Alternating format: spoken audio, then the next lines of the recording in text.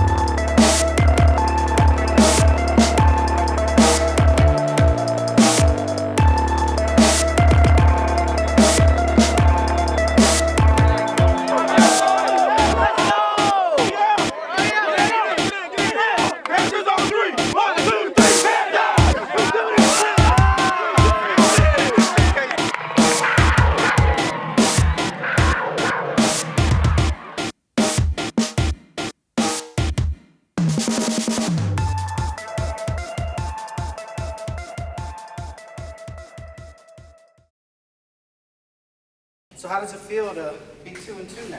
Yeah, it feels a lot better than 0-2. So that was a big win on Friday for us, especially with Rusk being, they're going to be a playoff team. They were last year. They'll make the playoffs again in 4A this year, and very athletic team. And we came out and really played pretty good on both sides of the ball the entire game. Defense again gave up 6 points, but it very close to being another shutout for them. But I loved our physicality on them. I really thought, I can't remember how many knockdowns and wheel breakers we had, but we played very physical up front, which is good to see, which we've always kind of done that, and we pride ourselves on that. We talk about, if you're going to practice soft, you're going to play soft. So I thought we had a great week of practice.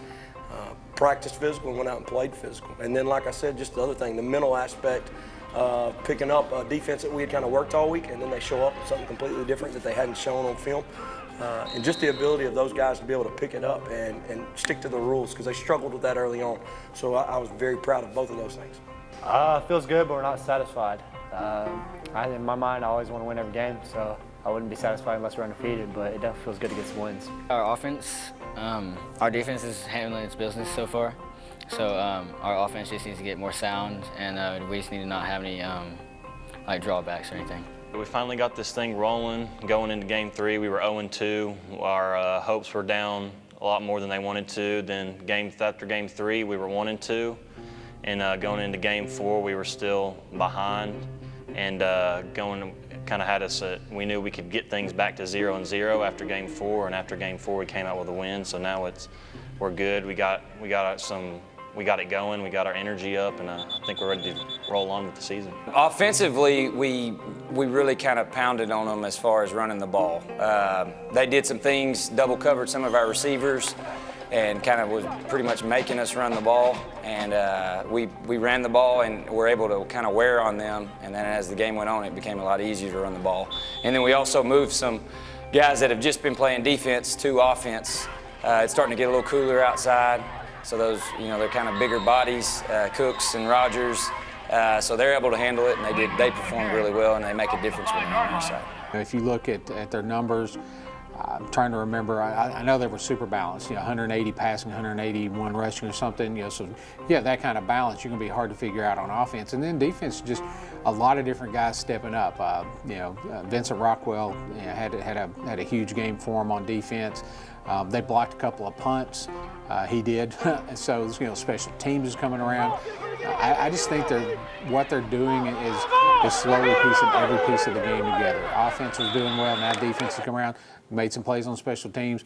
You get all three of those working, you've got a chance. They've turned it around, I think, especially on defense.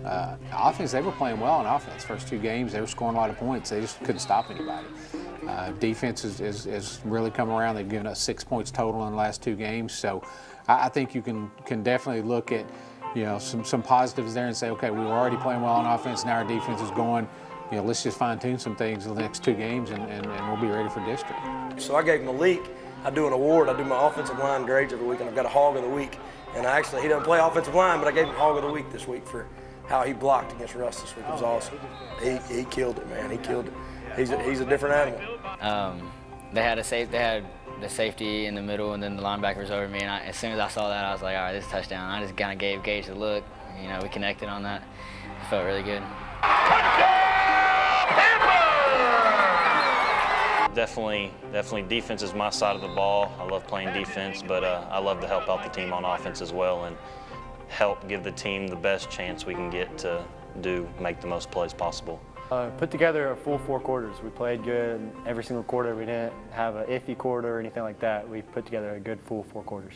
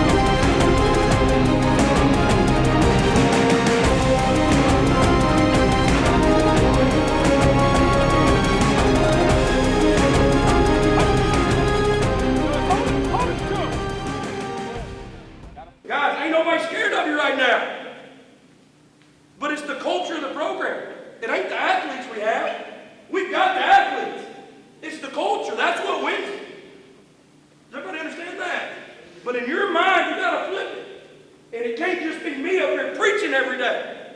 It can't just be me. It's got to be led by who? The players. Yeah, it's got to be led by you.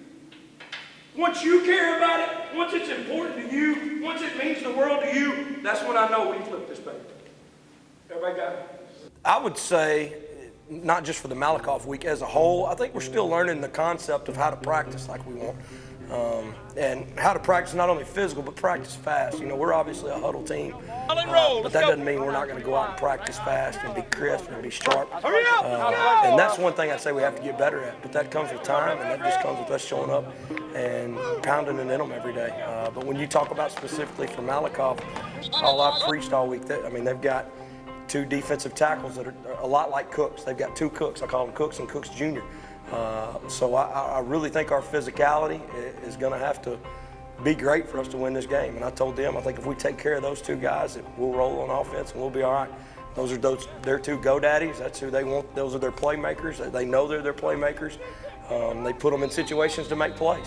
And so if we take care of those 2 go-daddies right there, if we take care of Malik Cooks and Malik Cooks Jr. on the other side of the football, we'll be just fine. I think we just really need to make sure we put all 4 quarters together, make sure we can go out at the start of the game, play to our best ability, and keep that mentality and keep all the energy and everything going throughout the whole game, and make sure we put 2 full halves together. Malakoff's a really good team. They're ranked number 2 in the state. So, I mean, we just need to step up our game as a whole. We can't come in there and play just down to competition. We just can't play low. We got to step up, play at a high level. All right, tell us a little bit about Malakoff's team this season. What have they been doing? What have you seen that really stands out? Well, I mean, they're a lot like what you say Spring Hill needs to be, very balanced. Their quarterback makes them go. He can run it. He's really a threat to run it more than a passing threat, but he can throw the ball around a little bit. I think the main thing with them is just they're a confident football team. They walk on the field thinking they're going to win a game. It's homecoming week, so it's definitely a big game. This is part of the game that is the most packed because everybody comes to watch homecoming. So I think we're going to have a lot of pressure on us, and we need to win this game. We talk about every single day, especially on our meetings, during our pre-practice meetings. That doesn't matter to us. This is just another week. Yeah, we're going to get off the field 5 minutes earlier for the homecoming. That's the only thing we're going to change. We're treating it like every other week. We're going to show up. We're going to grind. We're going to practice hard. We're going to meet hard. We're going to do everything we're supposed to do and try our best to not let those distractions get in our way. We want the kids participating and all that stuff. That's great for school spirit. But at the end of the day, I think our kids understand that that's not what it's about. It's not about the dress-up days. It's not about the homecoming festivities. We're there to put a good product on the field, and that's what our plan is. They need to continue doing what they're doing on offense. Again, that balance. And they got to keep Malakoff off the field, their offense off the field. They need some long, sustained drives, control the clock a little bit. I think that'll help being able to do both things, because being the run game, we can run, then I'll open the passing game, and as well start backing the defense up, and that way we can just pound both ways and be able to just move down the field. The way Spring Hill's offense is clicking, it could be a high-scoring game. But I'd like to see the defense take over and just try to hold them down and just see what happens there. But it could. I think it's going to be a close game. I was going to say I picked the Panthers. I think this could be. We talked about at the start of the year, Spring Hill needs a signature win, what I call a signature win, beating a team that a lot of people don't give you a chance to beat. I think that's the next step Spring Hill needs to take. That could be this week, could be next week. Might not happen. They're still building something, but this could be that signature win. This could be that win that puts that program on the right path, saying, okay, now we can play with anybody. We know we can play with anybody. So I think Spring Hill's going to give it a great effort. You worry a little bit about homecoming and the distractions that comes with that sometimes, the kids. But I think Coach LeVere, if he can keep the kids focused on the game at hand, they've got a chance.